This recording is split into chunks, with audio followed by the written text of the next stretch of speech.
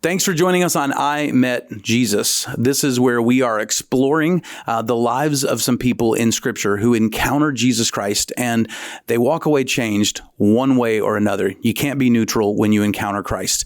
We hope that you learn a lot from the podcast, and we hope that it challenges you and what your encounter with Christ is like as well.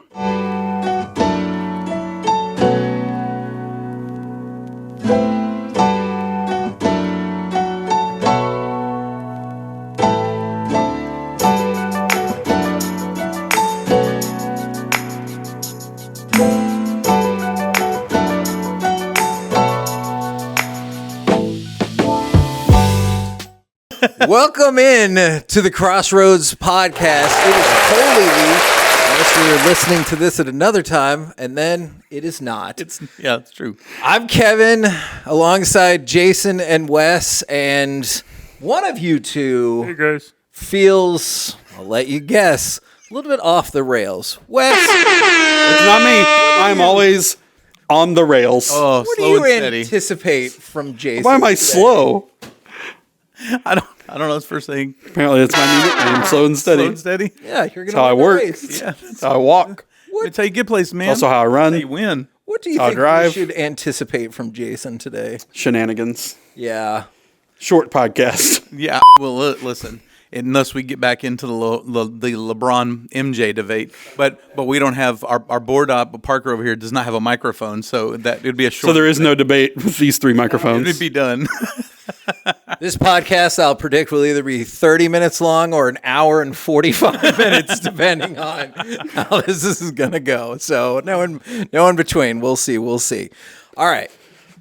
Assuming people listen to this in a timely fashion. That is a... Listen, people are listening. Okay, Kev. great. It's happening. It is Holy Week. We're Yeah. leading up to Easter, Resurrection Sunday. If Spoiler alert. Jesus lives. And we're going to dive into Pilate today, but before we get to that, oh no. Just an interesting play on words. Okay, you gave me a look like Dive into you have Pilate. done the wrong research for this, my friend. No. You're good. I'm sorry. We are going to discuss Pilate along the way today, a little bit less cavalier. Yep, thank you. But in terms of Holy Week, I know a lot of people focus in on just Easter, maybe to a certain extent Good Friday. Sure. What does it mean to you guys, and what are other things people can potentially observe along the way? Well, one thing we did, and this is past tense at this point, but I thought was a really cool setup into Holy Week, was we had a whole bunch of people and families come through last Sunday night. We had a kind of a prayer walkthrough experience, kind of focusing on there's like 7 statements Jesus said while he was on the cross, and it was a very kind of interactive experience. You walk through things, touch things, did things, various activities, and that was really cool. But I think the rest of it is just like that sets you up for a good week. And there's lots of different kind of in church tradition, and especially churches that are more, the fancy word is like liturgical or traditional. They have like certain things that they focus on. But I think the biggest thing is just like taking some time and just like remembering, and like yesterday, for example. You want to share like what we did yesterday with staff? Oh, yeah. Sorry, I was like, oh, man. Just as a staff, we took some time in our staff meeting and took a time of like personal worship, worship together as a staff. We prayed together, had a time as a staff of like confession and gratitude to the Lord. Like we didn't all go confess to Jason. That's Right. a little different. Yeah, different. But then we did take communion as a staff, but Jason prayed over all of us individually and took communion. It was a really cool experience. So. Yeah, and that happened a couple weeks ago during service as well, but is not a consistent thing. You make with communion? Yeah. Yeah. So we don't take communion as a church every single week. The truth is, biblically, there isn't like a set parameter of like you have to do it this many times or that. So different churches adhere to it in kind of different ways. I think the important part is that we do it and we remember why we do it, and what we're supposed to be doing in that moment and what it leads us to. So that that's kind of the key. But yeah, we probably do that here every 6 weeks or so is kind of our rhythm. This time of year, a little bit more often. I mean, Yeah. we did it a few weeks ago. It was also an offering on Sunday night.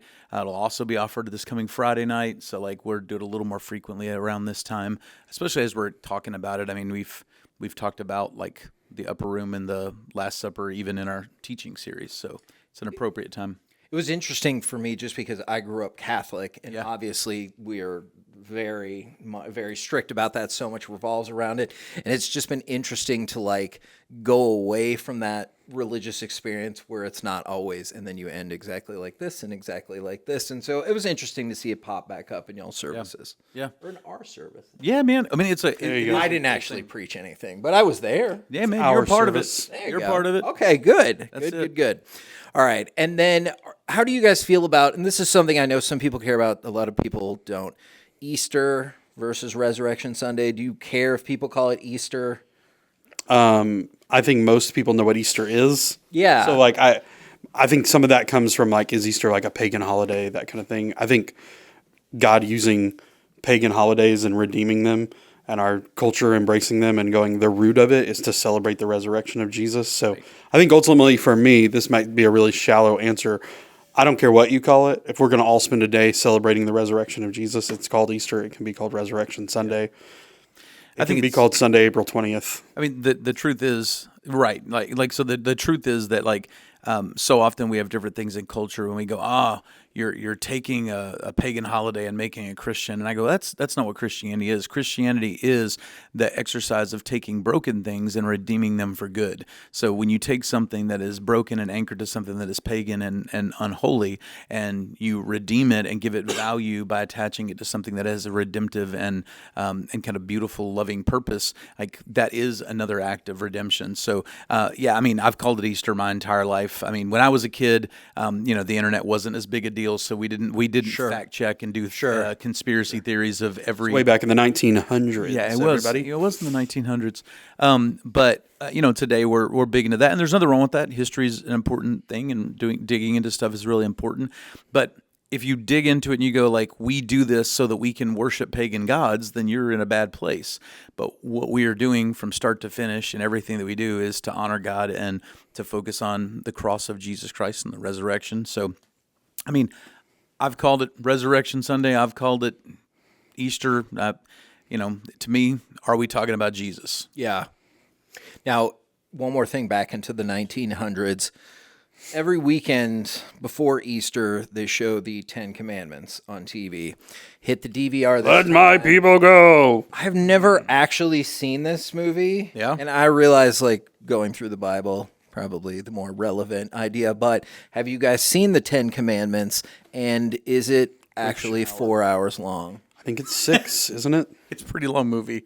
Let's Google You it. got Charlton Heston going, "You'll free my people by the power of God."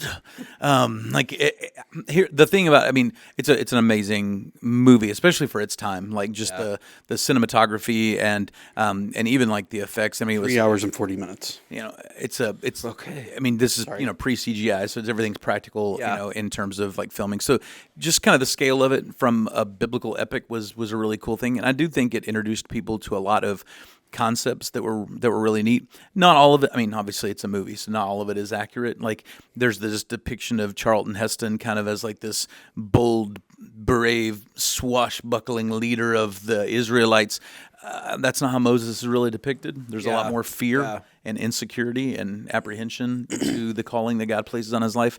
And so I think the biblical version of it, like on the page, just reads more human.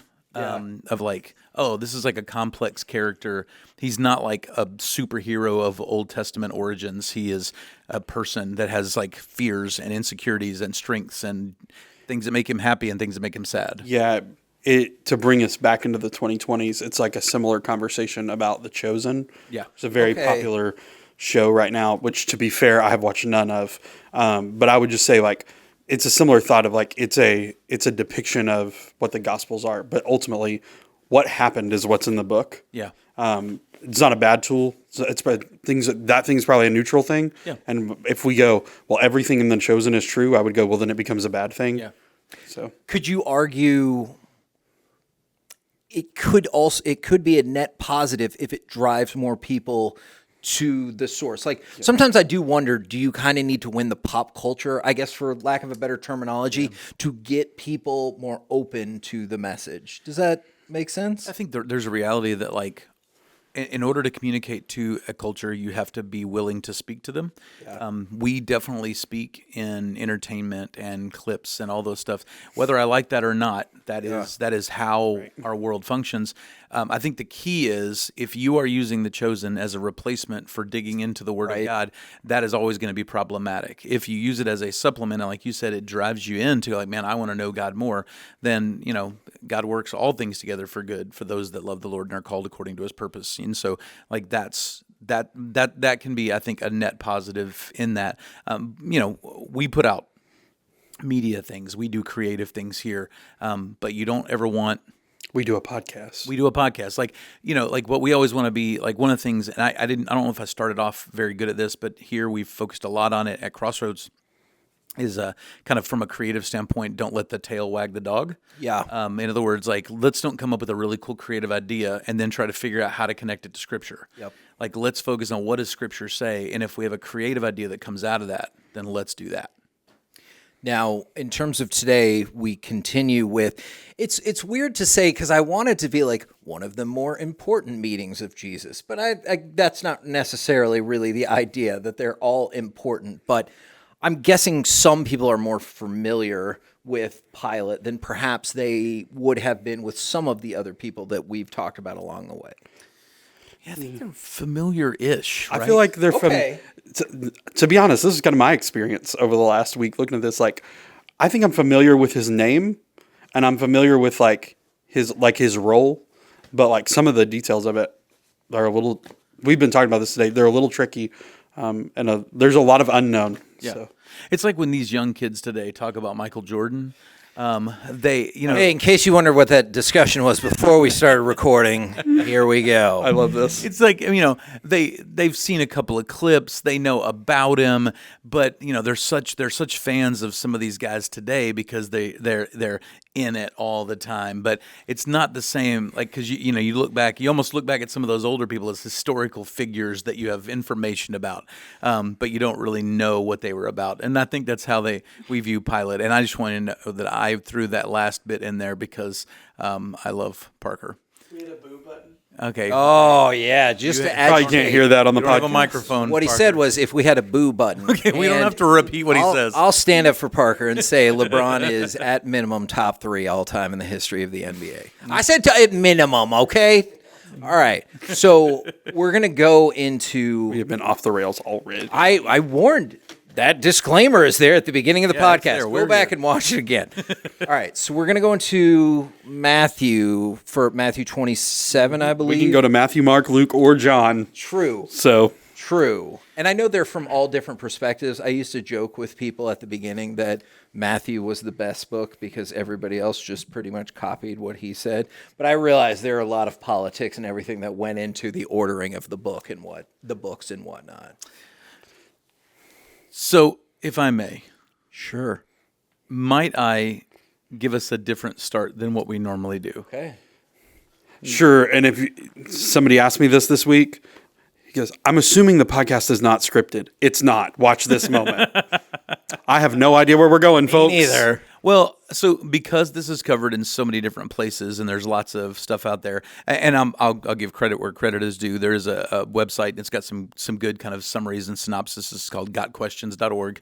My notes are. And in Got Questions, is it? Yeah. In gotquestions.org, they do a nice summary of kind of Pilate. And I thought, I just want to read some of that so that we can get a little bit of a handle, because there is four different texts and multiple chapters, and just to kind of condense us down as we talk about Pilate, give everybody, including our listeners, like a little bit of like where you kind of a framework for who this person is. So he's a Roman governor of Judea. Judea. Go ahead. There's a split in the nation of Israel, and this would be the southern kingdoms. And so he is when we think about the nation of Israel in the Old Testament, it's 12 tribes. Those 12 tribes, I don't know if you know this, but when different geographic entities, civilizations, countries try to share power, it doesn't always go well. Sure. And so it didn't in this case. New news. Yeah. And Oh, so I'm sure they fixed it since then. but of the not a problem today. But in that particular situation, he is the governor of part of the split kingdom. So he's governor of Judea around 26 to 36 A.D. under Emperor Tiberius. The reason that kind of thing is important is it gives us validity and things you can fact check to go like, is this real? Because like one of the questions that some people will bring out there, and I'll talk about this a little bit, is was Pilate a real person? Like, how do we know this isn't just something?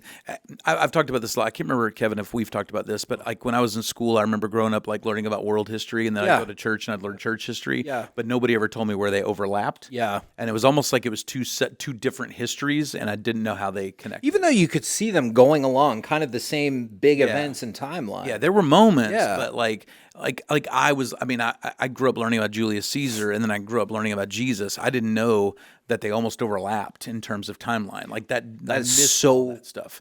weird to think about too, just because, like you said, the separation. Absolutely. But it's so bizarre to Yeah. think about. So anyway, the reason I say that is because Pontius Pilate is also mentioned by Tacitus, Phileo, Josephus, and these were not people that were like champions of Christianity. These were people who were historians. They were Jewish. Many of them were In the first century. Yeah, which in the is super first century. important. So like they're Josephus is pretty prolific, right? Oh in yeah, terms yeah, of- very big. And so they wrote about Pilate. So this is one of the reasons. Also, there's a thing called the Pilate Stone, which was discovered in 1961. It's an archaeological discovery that dates all the way back in kind of modern carbon dating to 30 A.D. and it includes a description of Pontius Pilate.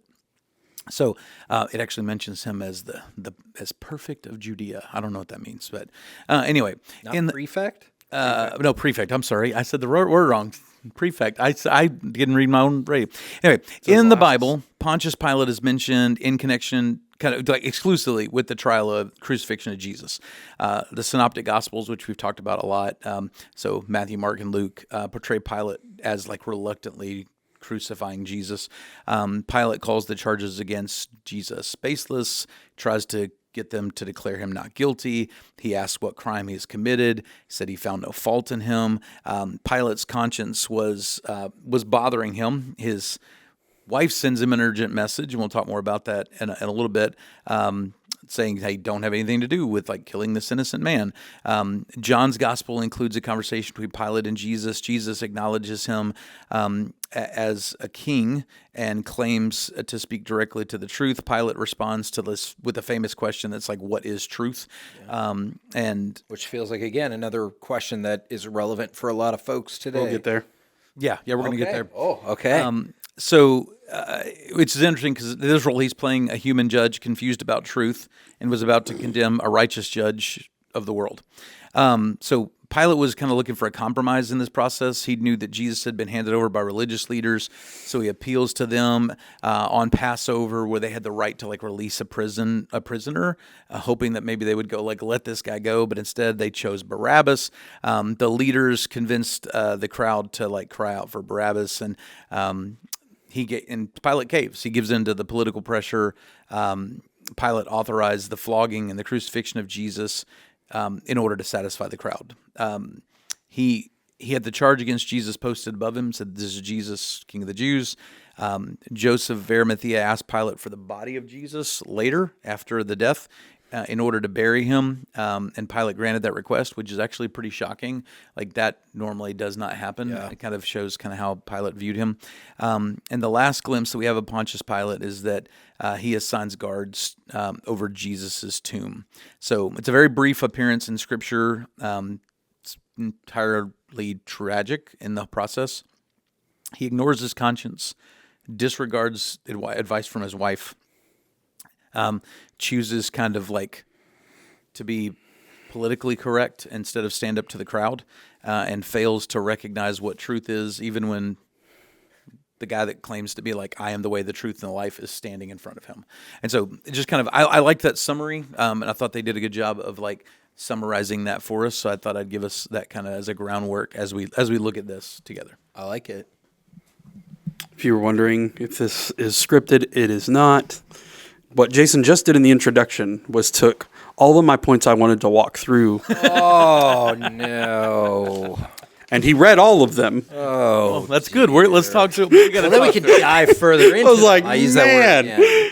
All right, so let's go ahead and do what we normally do and read right. the text that we've got, and then we'll go from there. Yeah, so we'll go. You sure you didn't want to read it for him? No, I'm good. Okay. I'm glad you thought that was funny. We're going to be in Matthew 27. I'm going to jump around a little bit just because there's a lot of text. So, verse 1. When daybreak came, all the chief priests and the elders of the people plotted against Jesus to put him to death. After tying him up, they led him away and handed him over to Pilate, the governor. I'm going to skip to verse 11. Now Jesus stood before the governor. Are you the king of the Jews? The governor asked him. Jesus answered, you say so. While he was being accused by the chief priests and elders, he didn't answer. Then Pilate said to him, don't you hear how much they are testifying against you? But he didn't answer him on any one charge, so that the governor was quite amazed. At the festival, the governor's custom was to release to the crowd a prisoner they wanted.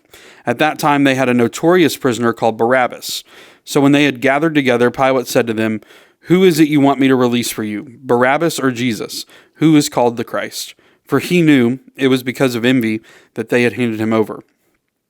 While he was sitting on the judge's bench, his wife sent word to him, have nothing to do with this righteous man, for today I've suffered terribly in a dream because of him. The chief priests and the elders, however, persuaded the crowds to ask for Barabbas and to execute Jesus. The governor asked them, which of the two do you want me to release for you?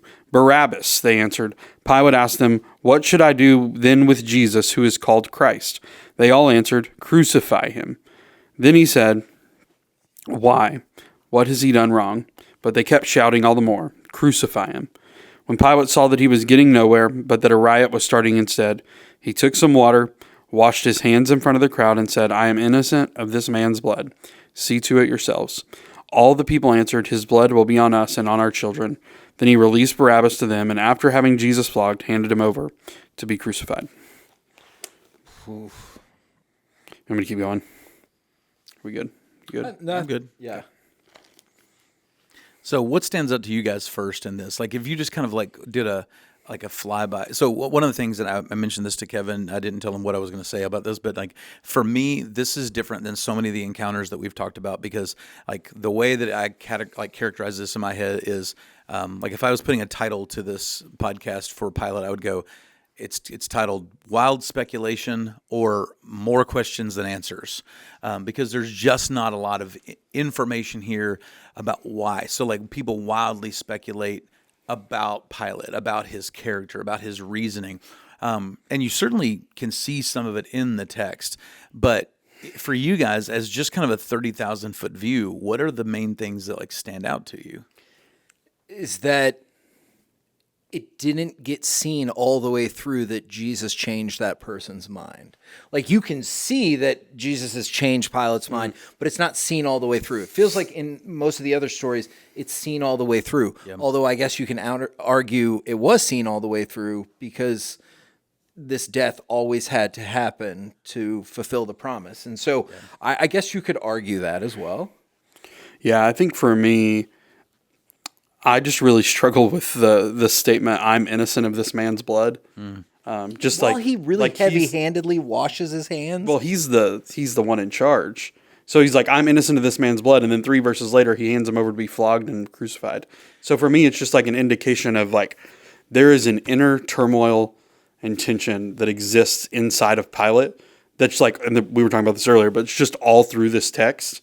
It feels a little schizophrenic in the sense of like, it feels like he's for Jesus, he's against Jesus. He's for Jesus, he's against Jesus, depending on who he's talking to and what he's doing, whether it's in public or private. I mean, to me, I read this as a couple of things like, and it's things that we struggle with in our culture big time. Like one, he has no reason to fear this crowd. He has authority over all of them. Yep. But the voice of the people in the crowd is more significant than his own voice. And so like this idea of like, I just don't want these other people to be mad at me. Like the idea of like people pleasing is so entrenched in him that it leads him to kill an innocent man. so that other God people, in the flesh. Yeah, God in the flesh, so they don't think badly of him, and so that's one of the things that jumps out. But the other one is just the passivity of Pilate, like where you just go like over and over again. He's going, I don't think he did it. I don't think he did anything. Come on, guys. I mean, like, come on. And then eventually, instead of standing up to the crowd and going, guys, we have a court system. We just tried this person. No fault. Like, imagine that happening in our court system today, where you go like, hey, listen, Kevin was on trial for murder. He is innocent. We found no evidence whatsoever to kill him. So what do you guys want to do? And they kill him anyway. You go, great idea. Let's do that. The judge is like, yeah, do that. Like the judge go, well, if you guys want to kill him, like at that point, that's not seeing to like the judicial process. That's just you agreeing to murder. It's just he just goes, well, I'm just like, but I don't want to say crucify him, so I'm gonna wash my hands of it. Like I'm just gonna do nothing. Yeah. And I think that's where and listen, I've been Pilate in this. So like I don't want to throw rocks at Pilate. Like there are times that I go like I know that I should have stood up for something. Yeah, you see it in his home too, right? Like the interaction with his wife. Like I just thought when you said passivity of Pilate. A lot of times we talk about passivity, we talk about men and marriage. And like you see it even in that interaction of like the person that should be having the conversation about not killing Jesus in Pilate's home is Pilate. Yeah. Like he should be the one that's going, we should not be killing this man. But instead it's his wife who's like, wait a second, hold on. And then there's just like there's no action there. So what are y'all to make of the dreams of his wife? Because again, wild speculation. This is part of it, right? Okay, and I go back to this, and maybe I'm just not understanding correctly, and you guys can help me out with this. Because on the one hand, it feels like those dreams like could have been, I don't know, sent to her, or however you want to phrase it. But on the other hand, this was the outcome that needed to happen. So, like, why would she get these dreams or these visions, or however it's described? Yeah, I mean, that's a good question. I think, did Jesus have to die? Yes. Did Pilate have to do it this way? I don't know that he did. Yeah. And maybe if nothing else, then, I mean, we don't know what happens with Pilate's life after this moment. Sure. So for all we know, Pilate has a different moment. Maybe he never does, but again, we're wild speculation. We don't know the rest of Pilate's life. Maybe this moment, I mean, it's significant enough in this time. Maybe he replays this moment in his head over and over again and goes like, maybe this guy really was who he said he was. Mm-hmm. I think there's some significance to it. To me, maybe, again, I'm just speculating, but it's such a picture of the gospel that at the same time when Jesus is going, hey, I have to die, I also need you to know who I am. Yeah. Because that's going to be really important. And so at the same time that Jesus is on a mission to save us by dying, he is also on mission to reach Pilate, and he uses his wife to do it. Now, I don't know if that's what's happening. I'm not God. All we know is what's in the text. But if it is, like, what an amazing thing that's happening right there. What we do know is whatever she dreamed about troubled her so much yeah, that she felt like it was necessary to go tell her husband. And like, it's sometimes like we compare it to like, well, Caitlin has a bad experience. She comes and tells me, and she's like, you should be careful. Like, this guy is the ruler of that area. Like, he's a very powerful guy. So for his wife in that time to stand up and go, hey, Pilate, you shouldn't do this, is a very bold thing for her to do, even if it's out of fear, right? Even like that's clearly her motivation, but it's because she understands something about Jesus that Pilate doesn't yet. Yeah. So going back, kind of dissecting the story, I mean, you have the religious leaders who come and bring Jesus to him. And I just thought this was interesting. Let me see if I can find it real quick. I'm trying to remember which text, and I may just have to quote it and find it later. There's a moment where he's trying to ask the religious leaders, like, why don't you guys? Here he goes. In John chapter 18, so the religious leaders are the ones that they take him into Caiaphas' house. They go, hey, we're going to convict this guy to die. So they're the Sanhedrin. They're like the Supreme Court of the day, but they're under Roman law, so they don't have a whole lot of power. Yeah. So they go, okay, we're going to go. So now we've convicted him. we're going to take him to him. And verse 31 of John 18 says, Pilate told them, well, you take him and judge him according to your law. And their response is, well, it's not legal for us to put anybody to death. That's what the Jews declared. They said this so that Jesus' words might be, so this fulfilling prophecy. But like their reason was not, like, I love that. We go, why don't you take him in judgment according to their law? And their reason was not, he's guilty or innocent. It's like, well, we want to kill him, and our law doesn't allow that. So we brought him to you so you would kill him. And then so they go through this trial, and what's amazing to me is who all finds no fault. Like the only people who find fault are the religious leaders, which, to be honest, and I'm going to talk about this a little bit in a message soon, but is a bit intimidating to me because of the people in the story, they're the ones most like us. Like they are habitually in church. They are in the Word of God. They believe the Word of God is significant for their life. They want to be obedient to the Word of God. Now, there's a lot of other stuff that departs from us, but in the story, they're the most like Christians today. They're the only ones finding fault in Jesus. What's amazing is who else doesn't find fault in Jesus. So not only do they not find fault, but if you go into Luke 23, it says, Pilate called together the chief priests, the leaders, the people, and said to them, you have brought this man to me, and you say he misleads the people. But in fact, after examining him in your presence, he's like, we questioned him in front of you, and there was nothing. I found no grounds to charge this man with the things you accuse him of. Verse 15 says, neither has Herod. Now, that's tremendously significant. This is the same Herod It was trying to kill baby Jesus. that was trying to kill baby Jesus all the way back at the birth. And Herod is obsessed with power. Him. Yeah. So he's obsessed with power to the point where, and I don't want to go back through all of his history, but there is multiple wives Herod kills that of his own, afraid they're going to take his power.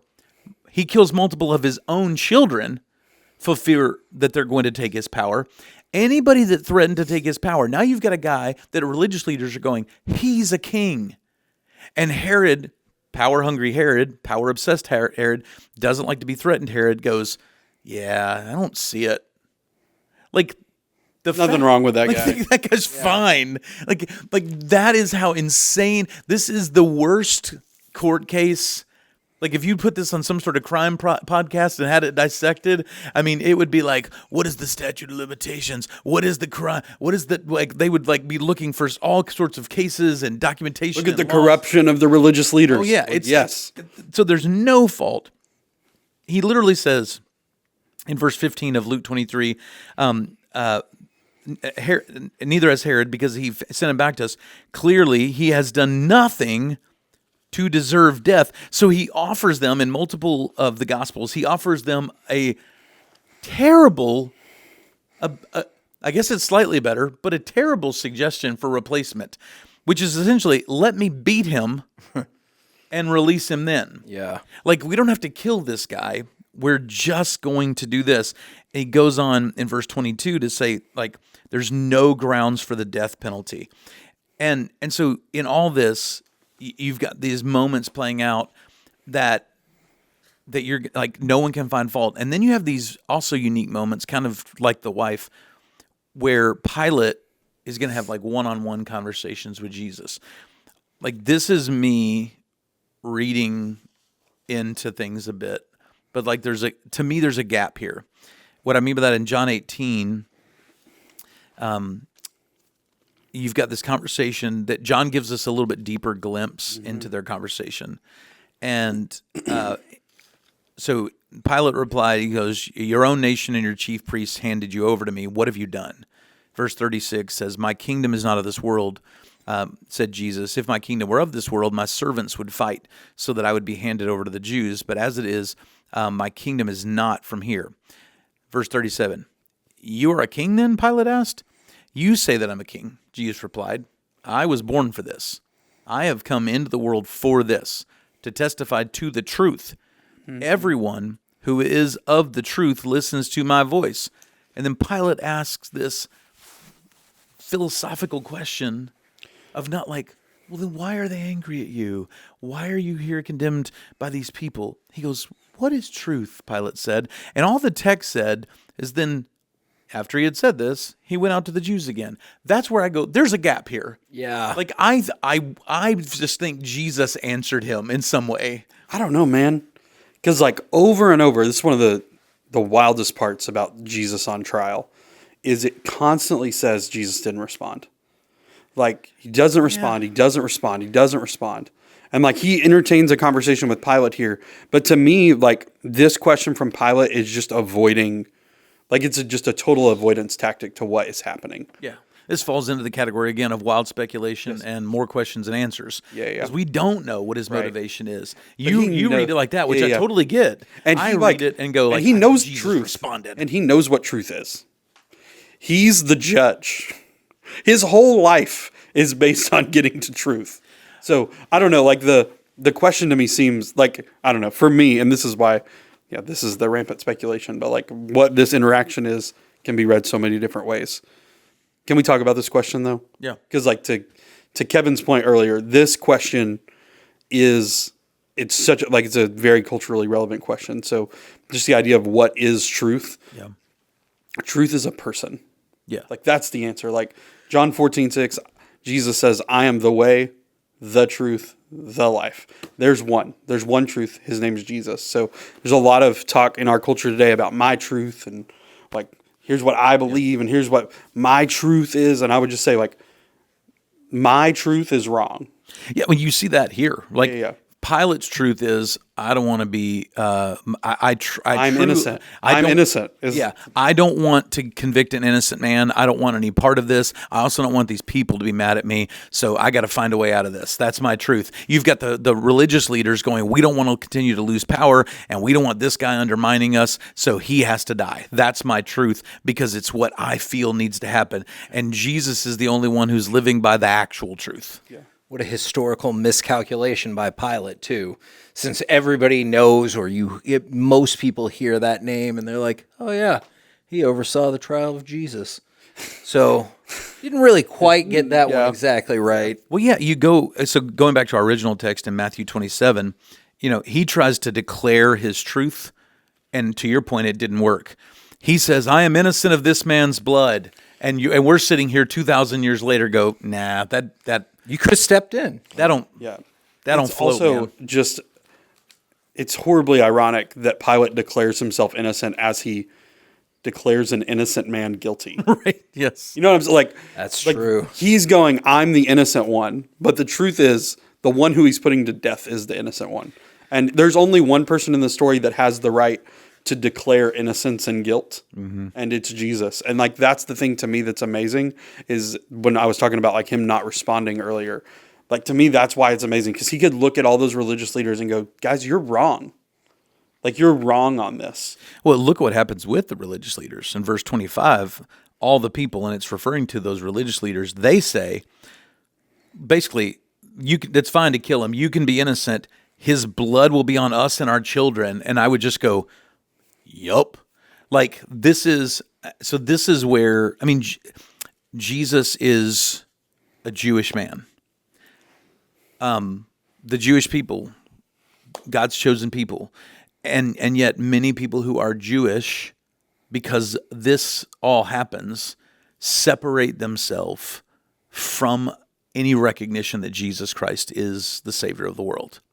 Now, that's not all Jews, and listen, when I say Jewish people, many of them incredibly devout, unbelievable, amazing people, and there's also a large group of them that are what we call Messianic Jews, and Messianic Jews have come to a place where they go, we acknowledge Jesus as Lord, and so like, but you look at like the damage this does to the Jewish people and the nation of Jews who are going to separate themselves from the gospel message and from the person of the gospel in Jesus, because I mean, why do they want to separate from this?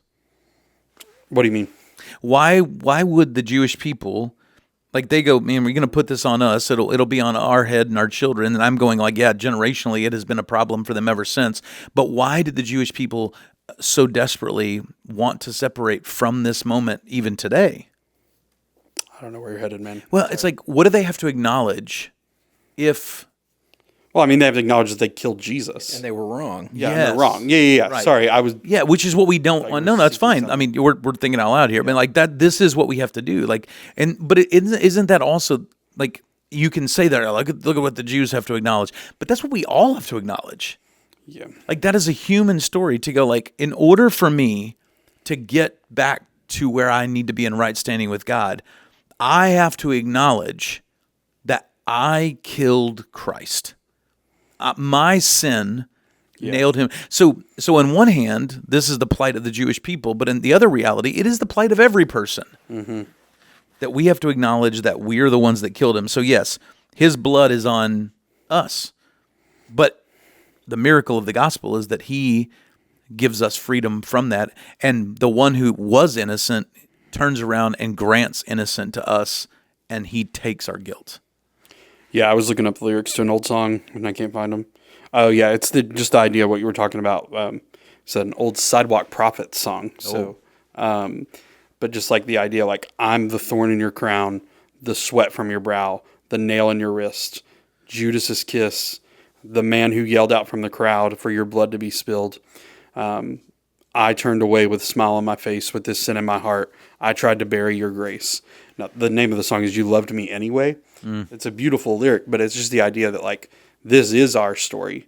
That if it wouldn't have been the religious leaders, it probably would have been us. If it wouldn't have, like, oh yeah, 100%. if it wouldn't have been Adam, it would have been me. Like that whole idea. So yeah. I don't think this makes them uniquely bad. Yeah. I just think this is the people that were in this role at the time, and if it hadn't been them, it absolutely would have been me. yeah, so there was a different perspective that I had on this, just a perspective I never thought about, and in the theme of rampant speculation. Sure. How would it have felt to be Barabbas in this moment? So, like, you've got Jesus and Barabbas, these two guys that have been presented. One of them can be set free. And if you're Barabbas, you're looking and going, I have been set up against a perfect man. Yeah. And somehow he's the one who's set free. And we have there's no indication of what happens with Barabbas. But I was just, that whole idea of, like, the guy that's absolutely guilty is the one set free. Is a weird picture of the gospel. Yeah. I mean, the way it's said in here is almost like, Barabbas, who had some like misdemeanor crimes. Here's a notorious criminal. Yes. So He is an insurrectionist, a murderer. Like he is the worst of the worst. Like Pilate tries to set up the dumbest trade in the history of mankind. Topical. I mean, this is Pilate is Nico Harrison. Definitely. Oh man, I feel bad. See, and that's how I know that Pilate's historical play didn't work, because I feel bad that you would compare Nico to him. Sorry. So this is dumber than the Luka Doncic trade. This is Fair. But this is like, let's take a guy who literally multiple people have sat in multiple courts and multiple judges and said he is innocent, no fault, can't find anything, no death penalty. This guy already convicted, already notorious criminal, lifetime Y'all all habitual know who he is. offender. Yeah. You know his name. You all hate him. He's been in the news. He's on all of your feed on X or Twitter or whatever you want to call it. Free Barabbas. Right. Like, and they're like, yes, give us that guy. That's how dumb. But that is, and this is going in a little bit different direction. This is like what C.S. Lewis will call the great exchange. That is unbelievable. Is that we are Barabbas. Yeah. We are the habitual offender. Wow. We are the notorious criminal. We all have sinned and fall short of the glory of God, and the wages of sin is death. But the free gift of God is eternal life through Jesus Christ our Lord. And so you go on that Roman road and you go, man, I don't deserve to be swapped for an innocent man. But that happened for all of us. Mm-hmm. That's the great exchange. It's an unbelievable, it's a preposterous exchange. Like, the only way that exchange makes sense is if the innocent man loves the broken person so much they can't help but save them. Like, it's the only explanation. Nobody else makes that switch. Like, And he does. And like he does love the people. Like he loves us. Yeah. Now I recognize we're getting kind of preachy down the okay with gospel that. path, but I love it. I mean, we're talking about the crucifixion. We It's are, not but to- what I was getting it at was I makes- want to go back to Pilate for a minute and go because part of this kind of character study is to look at like who he is and what that teaches us. The things that stood out to me, and again, it's probably because of my own baggage, is the kind of the transitional statements that Pilate makes when he's going, this guy's innocent, and they're going, crucify him anyway. And then, like said in Matthew 27, verse 24, it says, when Pilate saw he was getting nowhere. In Luke 23, verse 23, he literally had just said, I found no grounds for the death penalty. And their response is, but they kept up the pressure, demanding with loud voices that he be crucified, and their voices won out. And I'm like, I mean, if I'm being honest, that's a struggle. Like part of me looks at it and go, you're an idiot.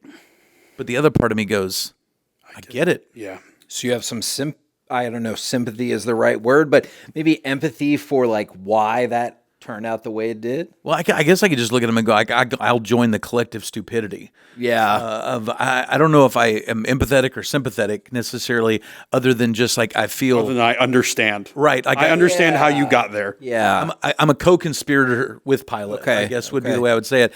Is because sometimes, as much as I don't like to admit this, there's times in my life and in people's lives that I know all around me, they go, when you go, well, I'm not getting anywhere with these people, or man, they're loud. Yeah. I mean, we live, I mean, listen, I mean, we can get culturally relevant. Steps on soapbox. Yeah, we live in a conflict avoidance culture. That is, I'm gonna use a Wes Barnett quote.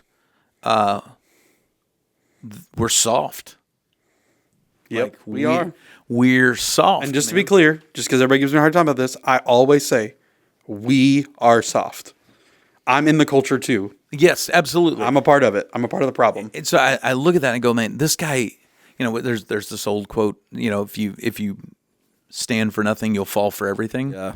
And that's Pilate. He refuses to stand up for anything. And again, you can point at Pilate. This is what we love to do, especially if you go to certain types of churches, is they go, this is Pilate and you're being a bunch of Pilates. And I go, man, that's our world. Like, that's all of us at times. Like, it's so much, it's amazing to me. Also, I'm a dude. And so I'm going to look at this from a guy's perspective. I know a ton of men who I love dearly. You get them talking about sports, hunting, their new boat, their new truck. This feels like an attack. You'll see some passionate arguments. Yep. You turn spiritual, and it can get crickets real quick. Yep. And I just go, man, that's Pilate going like, I don't want to step in this. I don't want to ruffle anybody's feathers. I don't want these people to be angry at me. They all seem really. I'll let my wife talk about it. Oh,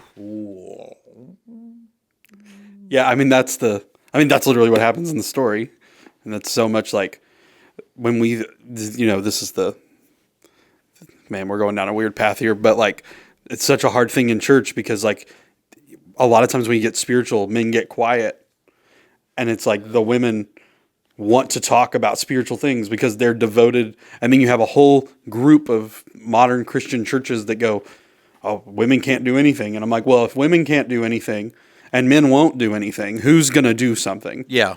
So like, I like that. so I don't know. That's the passivity and the like pushing it off on other people that we see in Pilate. It's easy to point the finger at Pilate, but you're right. Like it's the culture. Yeah. But it is also definitely a struggle with Pilate in the story. Yeah. And just like there's just certain voices, when those voices get loud, we shut down. You see it in the Christian world. There's things that people go like, we should address this, but man, if it's going to rile up things in my culture, then I'll stay quiet about it, or I'll just talk to my Christian friends about it, or whatever. And I think there is a reality that sometimes we have to speak up with a combination of two. I'm talking about words in a couple of weeks. Must be filled with grace, but also must be filled with kindness, must be filled with grace and kindness, and must also be filled with truth. And it can't be devoid of either. It can't be truth without kindness and grace. It can't be kindness and grace without truth. It can't be void of kindness, truth, and grace. It has to be the combination of these things. But in those moments and with those things, to speak into a world that is going in a wrong way is not unloving. It is loving. That is love. Now, if you're yelling it in anger at them, that you're just being a butthead. But grace without truth is also unloving. Absolutely it is. Right? Like, it's the Spurgeon quote. Man, I've said this so much the last few weeks, but like, we want to be careful that we're not politely guiding people to hell. Yeah. Right? Like, we've got to be, like you've said it this way, 100% truth, 100% grace. Yeah. When we walk into this. I'm going to throw us same direction. Yeah. But thinking about Pilate and his wife, there was a writer that wrote this, what a first Easter Sunday morning conversation might have sounded like in Pilate's home. I'm very interested to know what Kevin feels about this after this. So, just for context, church history would say that potentially Pilate's wife is a woman named Claudia Procula. Some people would say maybe that she appears later in the New Testament as Claudia, but that's a different thing. But just wanted you to know who this Procula woman was that we were talking about. So, it goes this way. You're quiet again this morning, Procula, still brooding over the Galilean? I can't shake this ominous feeling that something is going to happen because he was executed. My dream was so disturbing, so vivid. Well, I can't govern by the superstitious dreams of women. He was a righteous man. You should not have sentenced him to death. I didn't sentence him. The Sanhedrin sentenced him. You pronounced the judgment. Yes, and I didn't have a choice, Procula. We've been over this. He broke a Jewish blasphemy law. They wanted him dead. They used me to do it. I did everything in my power to release him. Procula was soft-spoken in her persistence. It was in your power to release him. Pilate pressed his palm against his forehead, clenched his jaw, suppressing his volatile temper. You know what I mean. I told them 3 times that I found no guilt in him. I tried to pass him off to Herod. I tried scourging him to pacify them. Nothing. They were dead set. I even gave the crowd a choice between releasing a convicted murderer or Jesus. And who did they choose? The murderer. Looking up at his wife, Pilate said with exasperation, "What did you expect me to do? Not condemn the righteous. Aren't you supposed to administer justice from Rome's tribunal? No. I'm supposed to make sure that Judea poses no problems for Tiberius, even if that means ignoring the truth." Truth, Pilate scoffed. Whose truth, Procula? The Sanhedrin's, Tiberius's, your dreams, the Galileans? Truth is what got the Galilean killed. I gave him every chance to refute the accusation, but you know what he said to me. For this purpose, I have come into the world to bear witness to the truth. And you know what his truth was? That he was a king of some kingdom outside of this world. Well, apparently, the Sanhedrin seemed to think that his truth was a dangerous lie. Do you think he was dangerous? Pilate sighed and sipped his wine. I don't know. He wasn't like the Zionist zealots. There was no diatribe against Rome. He hardly said anything. He didn't even seem angry. If he threatened anyone, I think it was the Sanhedrin. I know a setup when I see one. A midnight trial. A demand for immediate crucifixion. This wasn't about their holy law. It was about power. Caiaphas was getting rid of a problem. Were you getting rid of a problem? Pilate's eyes flashed with anger. Believe me, Procula, I have bigger problems than Jesus to worry about. My problem is Caesar. That mob would have turned into a riot if I had released Jesus. Riots in Jerusalem always lead to some Jew getting killed, and I can't risk any more Jewish blood on my hands right now without inviting Tiberius's inquiry. And then I had the chief priests that suddenly feigning loyalty to Caesar and publicly questioning mine. If I had released him, can you imagine their glee at reporting to Tiberius that I was unwilling to deal with a rival to Caesar? When all that was said and done, my choice was between Caesar and a delusional Galilean. That choice was obvious to me. And at that moment, a servant stepped into the room. "What is it?" Pilate asked. "Marcus Antonius is requesting to see you, sir." "Marcus? This early in the morning? That can't be good. Send him in." The young officer strode in. "What is it, Marcus?" "The Galilean, sir. He's disappeared." So I can go and tell you the next line in this script. It's going to be the biggest "I told you so" in the history of a marital conversation. That is what this is all building up to. And I was like, man, I wonder if that's going to be in the story, because that is what's clearly going to happen. Yeah. I don't know. I read that today and I thought, for a guy that was clearly torn, there's just like so many clear moments of like, he doesn't know what to do. Like sometimes he believes, sometimes he doesn't.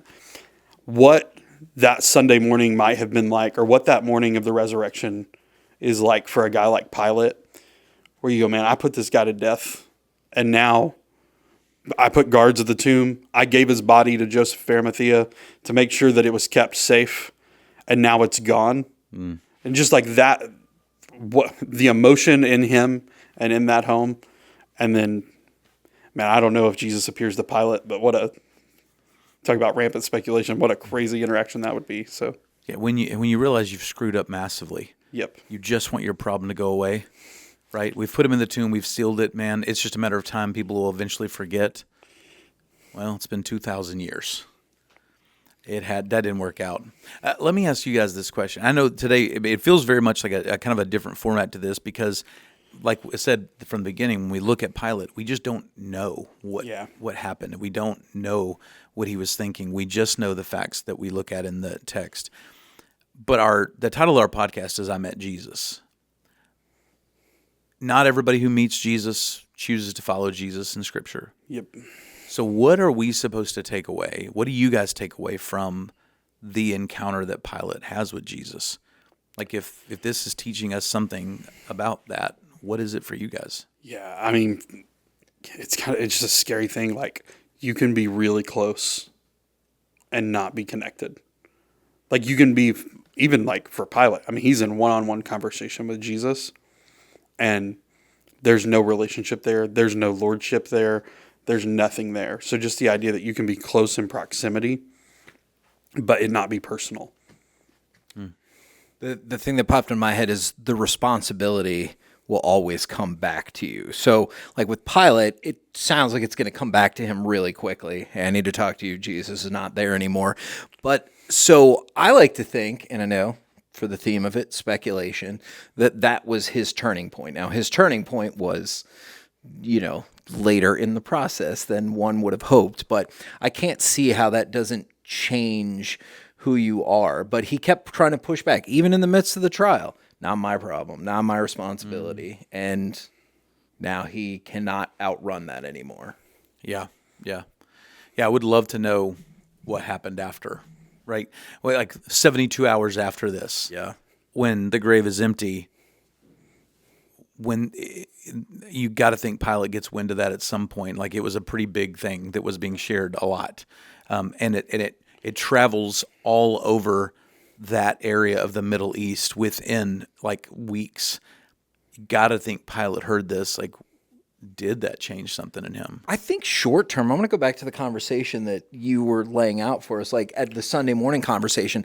I bet it's a couple of weeks of a rehash of that conversation where he was like, well, what did you want me to do? Like, what was I supposed to do? Because that feels... or a lifetime of regret. Yeah. Like you have no... Maybe both. Yeah, you have no idea. And yeah, I don't know. It's just to me, it's a reminder that every encounter with Jesus, like the fact that we don't hear anything about Pilate is a reminder that the story's not about Pilate. Yeah. The story's about Jesus. Yeah. So like every encounter, and we've talked about like several people, ultimately what we get to every time is like, this story is to tell us something about Jesus and who he is, because he possessed all the power in the world to stop this, and he didn't. And weirdly, it was because he loved the very guy that's going to put him to death. Yeah. Like, the fact that he's even entertaining a conversation with Pilate is wild, because he knows he's going to be crucified. Yeah. But you just see like the love of Jesus kind of interwoven through this whole story. Yeah. It just kind of reminds me of like where we sit in our world today every day, which is like people experience hearing all about Jesus and reject him all the time. Like that. I mean, like as a pastor, I would love to tell you that every single Sunday when I tell people about Christ, that people just run down like front and go, like, I want to give my life to Jesus. But the truth is that doesn't happen. And I've known people who I love that have sat in churches for years, decades, before they finally go, I give up. I cave into this. And I also think sometimes you can fool yourself. Like, I think there are a lot of people that go, I know a lot about Jesus, therefore I'm good. I mean, that's what the Pharisees' approach was. So on one hand, you've got the people who are rejecting who he is, and then you got the Pharisees going, we know more than you. Like I know plenty of stuff. I'm secure from a eternal standpoint because I have tons of information and I'm smarter than you. Like the Pharisees know the Bible really well, like better than any of the three of us. Like 100%. like especially the Old Testament, like they know it. They had to memorize it. Like you couldn't become a priest without memorizing the Torah. Like this, I mean, like Genesis, Exodus, Leviticus, Numbers, Deuteronomy, like they memorized the whole thing, like could quote it back because you can't carry a scroll around everywhere that you get. And so like they know this stuff and still missed it. Like I see with people all the time, they're like, I believe. And I go, I don't want this to sound bad. Belief isn't what he's asking of you. It's part of it. It's a part of the equation. But like, I mean, this is what James says that's terrifying. Even the demons believe in God and are freaked out. Satan believes God's real, and Satan will go to hell when this whole thing wraps up. It's a question of, did you declare him Lord? Like, did you go, I surrender my life to you? For Pilate, the idea that Jesus would bend a knee to Pilate would make sense. The idea that Pilate would bend a knee to Jesus didn't. So you can be so close to knowing things, and you can know a lot and still miss a relationship. I get terrified of how many people live in some form of Christianity and have for 10, 15, 20, 30, 40 years. And one day, hopefully, they wake up and realize that this image of Christianity they've held onto was actually not Christianity at all. And they've been lost this whole time because they knew a ton about Jesus, but they had no relationship with Jesus. They don't really know. They know about him. They don't know him. And that's the difference. You know, Pilate, I think, knew some things about Jesus. Did he ever come to know him? I don't know. But maybe that's the whole point of like not answering the question, is to make us wrestle with the question. Yep. Like, if we're Pilate in the story, if we're the religious leaders in the story, how did it end? Well, that's actually a question that's more important to ask of yourself than it is of Pilate. How is this story going to end? Have you rejected him? And are you going to come back to him? Do you know about him? Or do you know him? And what are you going to do about it? Quick question for that. Let's say people are watching, people are listening. I hear you. I understand. Tell me a little bit more. Like, what would be, like, they go to church, they listen to the podcast, they've read the Bible, but maybe they're still struggling for that last little bit. Is there, like, what would be your recommendations for that? Surrender. Yeah. So like, I won't say names, but I help lead our counseling ministry here, and I've sat with people before that are wrestling with a decision to follow Jesus. And I had somebody tell me the other day that like they were 90% of the way there. And I was like, what's in the 10%? And they were like, fear. And for so many people, there's either, we've talked about this on Sunday mornings recently, actually, but like there's like fear or doubt or failure. That's like, there's something in the gap that they think is too much that Jesus can't overcome that. Okay. And like my like just cry of my heart would be just like to surrender that, to like lay that down and let Jesus work in that. But first it requires a surrender, just an honest surrender of like, I can't do this myself. Yeah. I'm not good enough. I'm a sinner. And then belief that God is who he says he is, but ultimately confession that he's Lord, which is a total act of surrender, that I no longer have control of my life, but Jesus does. Yeah. yeah, so like that would be what I would say is like make that bold final step of surrender. And I think sometimes you have a story about this. I think it's from your time in Kentucky. I think there's people in churches that wrestle with this a lot, but there's a pride of I've sat in church for 5, 10, 15, 20, 25, 30 years, and I can't give my life to Jesus now because what will people think? Right. And Jason's told this story before. I don't want to steal your thunder, but You're fine. just like there was a man in his church in Kentucky that came down that was a deacon. Yeah, it was a leader, deacon in our church. In the church. Had been for decades. And came down in response to an altar call for salvation. And his pastor in Kentucky said, one of the things I quote all the time because I think it's a great line is just like, the best kind of deacon is a saved one. So like, Right. I would say like, if that's you've been sitting in church for decades and you haven't given your life to Jesus. And if you listen to this before Easter, I pray you run down to the altar on Easter Sunday and give your life to Jesus, or do it right now as you listen to the podcast. Don't believe the lie that people are going to like they might be shocked and awed, but in a way that leads to celebration, not to ridicule. 100%. Like I've not ever seen that happen here. They're only going to celebrate. And I think that's what was so great about the wisdom of this old country preacher, Tommy Tackett, who I love dearly. But Tommy's response to this guy, the best kind of deacon is a saved one, pivots the conversation away from what are people going to think about me to, dude, we're talking about your eternity. Yeah. Which of these things is more important? Right.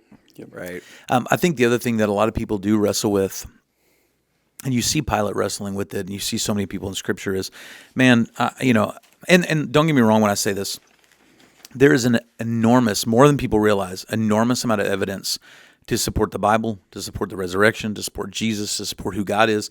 There is a mountain of evidence. We are not a take everything by faith church. Now, are there things that you have to take by faith? Absolutely. But there is also a lot of actual evidence that God has given us so that we have a solid footing for our faith. Mm-hmm.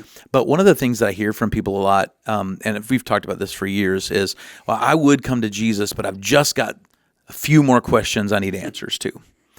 And the way that I've talked about this with people for years is what I can assure you is getting your questions answered is not going to be what gets you to Jesus. Yeah. Like that is an intellectual game that we play on ourselves. Because the truth is we've entered into other relationships that we do not have all the answers for, and it didn't stop us. Kevin, you're married, right? Yes. So before you were married, was there a reality that there might be the question of, if I get married, my income is split in a way that is different than I'm doing now? Yes. Was there any sort of question of, if I get married, my time does not just belong to me? Right. Yes. Was there any sort of question of, this person is going to want me to be unwaveringly faithful to them, and I no longer get to date somebody else? Sure. Like, would your wife be okay if you dated other people? No. Okay, I just want to be clear, give you a chance to say that on the air. No. Now, those were all questions you might have had. You got married. Are those questions still true? Do you have to split your time? Yes. Do you have to split your money? Yes. Does she expect you to be faithful? Yes. So, But you still went for it. you still went for it anyway, even though you're going, man, what if? There are leaps we take in decisions all the time where we don't get all the answers to our questions. And the way that I've said this years ago is, like, those were true for me too. If you want me to talk about marriage as a category of discussion, then I can always find a reason not to be married. But the moment it goes from a category of discussion to I met Crystal, I didn't care about the answers. I wanted her. Mm-hmm. That's the difference. There are a lot of people that will find a question to keep them away from Jesus. When they meet Jesus and they really understand who he is and how much he loves them, that's when they go, I will put aside my need for that answer because I want him more than I want the answers to my questions. I want him. If I never get that answer, it's worth it. And the truth is, I think a lot of times we find that answer in the relationship. Like, you had questions about that in your marriage before you got married. Well, you actually have answers to that in your marriage now. You've found the answer in the relationship, not outside of it. And I think that's a thing that keeps a lot of people away. And just to go, and I know it almost sounds illogical, like you don't have to have every answer to act on something. I don't understand how planes work. I don't understand how cell phones operate. I don't understand how I can have a FaceTime call with one of my buddies in Africa in real time today. I can't explain it. Somebody else can. We saw earlier I you can't didn't explain it. totally understand your voice notes either. So That's true. It's true. But it hasn't kept me from moving forward in those relationships. I would say, like, Jesus is not afraid of your questions. Not at all. Like, he's not afraid of He actually questions is the about one that your has life. all the answers Yeah. to them. yes. Yeah, he's not afraid of questions about your life, about doctrine, about scripture, about doubt. Like, he's not afraid of those things, but he wants to answer them in the context of a relationship. And Pilate's story, the other voices that are keeping you away from that, those are the voices you have to learn to turn down, and you have to learn to turn up the voice of Jesus who is calling you to him. Yep. It's important. Gentlemen, I know it was a wacky start. Excellent work today. Excellent work. Wes, superb. I think I said less on this podcast than I've said on any podcast. So great work for me. I mean, I can talk about anything. And nothing. Yeah. All right. All right, sign us off, Kevin. Next week. For never. No, we're not going to say it. Sometimes I just That'll start. probably happen again at some point. Next week, Mary Magdalene will be our discussion with the I Met Jesus series. We'll do that next week on the Crossroads podcast.